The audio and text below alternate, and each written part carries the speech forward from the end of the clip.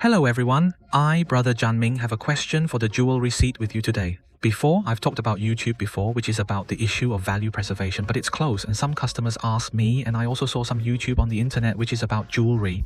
The value increases, but the more I look at it, the more wrong it is. When I look at these YouTube, there are actually some evasive things and neglect them. In fact, these YouTube are just taking a look at this picture. You will see some mainstream precious gems such as diamonds, red, blue and green treasures and so on. What's the gemstone like in recent years? In fact, the price has risen very sharply, especially after the epidemic, but I personally think that jewelry is the same as jewelry or gemstones. As such a niche investment product, in fact, in terms of liquidity, it's really not good. That is, as an industry insider, I shouldn't actually talk to customers around me, hey, buy this to preserve the value and it will appreciate. In fact, I should give more reminders. Instead of constantly encouraging some customers to say, buy, preserve the value, appreciate, and me. People have a bottom line. So what? What about YouTube this time? Let me share with you the shortcomings of jewelry as an investment product. Everyone can also regard this YouTube as a YouTube to drive away customers. First of all, let's talk about the rise and fall of the prices of some jewelry and some gemstones. It is not within the research scope of my appraiser itself, isn't it? Such gems are rising in value and falling. Actually, some financial markets are frightening, so when I see some YouTube, I will talk about it. What about when the stone rises and falls, or do diamonds rise and fall? I think it's all funny. So let me talk about preserving value.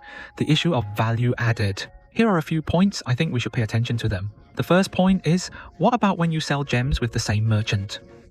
So because this merchant wants to increase profits, maybe this merchant may no longer have too much water, or even some stores upstairs have to increase the price of gems. So there is a profit first. Let's say may increase by 10 to 20%. In this situation, if you want to sell your gems at the original price, that is to say, at least you think that the value of the gemstone should increase by at least 10 to 20%. First, you can turn over the profit of the merchant. This is the second point. When you want to sell the gemstone, buy it. Jewelry and gem merchants will normally suppress you. The price is 10% or 22%. 10% is very common. That is to say, if you want to sell your gemstone at the original price, then turn your head first. That is, you want to increase your gemstones by at least 20 to 40%, so you can sell them at your original price first. Of course, what about the last few years' market? Of course, the types of gemstones are different. It may take about 2 years, and they all have to appreciate so that you can guarantee that you won't lose money. But of course, it doesn't take into account that this interest takes up time. So the first point and the second point are that many people ignore transaction costs. Third, today's time it's about liquidity.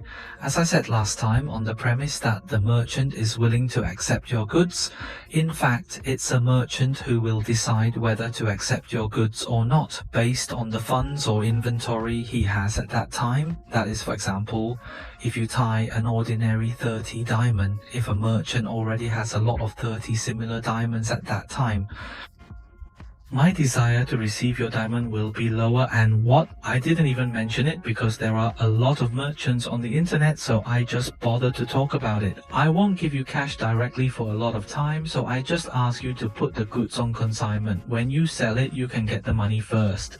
Okay, point 4. If you are in a hurry to use money, it is really in a hurry, so you have to go to the pawn shop, or go to some merchants that can give you cash instantly, but in this case there will be a lot of discounts. I just watched YouTube before, and there is a YouTube brand. I just ask everyone to sell jewelry to some pawn shops. I think it's funny. That is, there is no reason. Click on a conversation. Take a piece of jewelry to the pawn shop. It's so urgent. Sell it. No. 5. You can ask yourself, if someone in your family wants to sell you his own gemstone or diamond at the original price, but you don't know it and you have a store, do you dare to buy it? Even if there is a certificate, so there are so many. If I say it is very difficult for an ordinary person to sell the above jewelry without losing money, so I can quickly summarize, jewelry or diamonds mainly. In fact, they are all consumer goods. Of course, preserving or increasing value is compared with other consumer goods. That is to say, for example, the iPhone or PlayStation and so on. The meme system is much better. When it comes to value preservation, diamonds will still be valuable after 10 years, but after 10 years, the PS4 is still worth it. However, if you buy it from a pure investment perspective, I think you want to maintain the value, wear it and be beautiful and increase the value in minutes, so I suggest you buy a Rolex. This time, it's so obvious. YouTube, in fact, is advising everyone not to appreciate because gems, jewelry and diamonds will appreciate. As for selling jewelry, I think everyone knows that I am a more Buddhist diamond seller, so I won't ask people to sell jewelry, good jewelry. I am Brother Ziming. May subscribe my channel. I hope you subscribe. See you next time. Bye.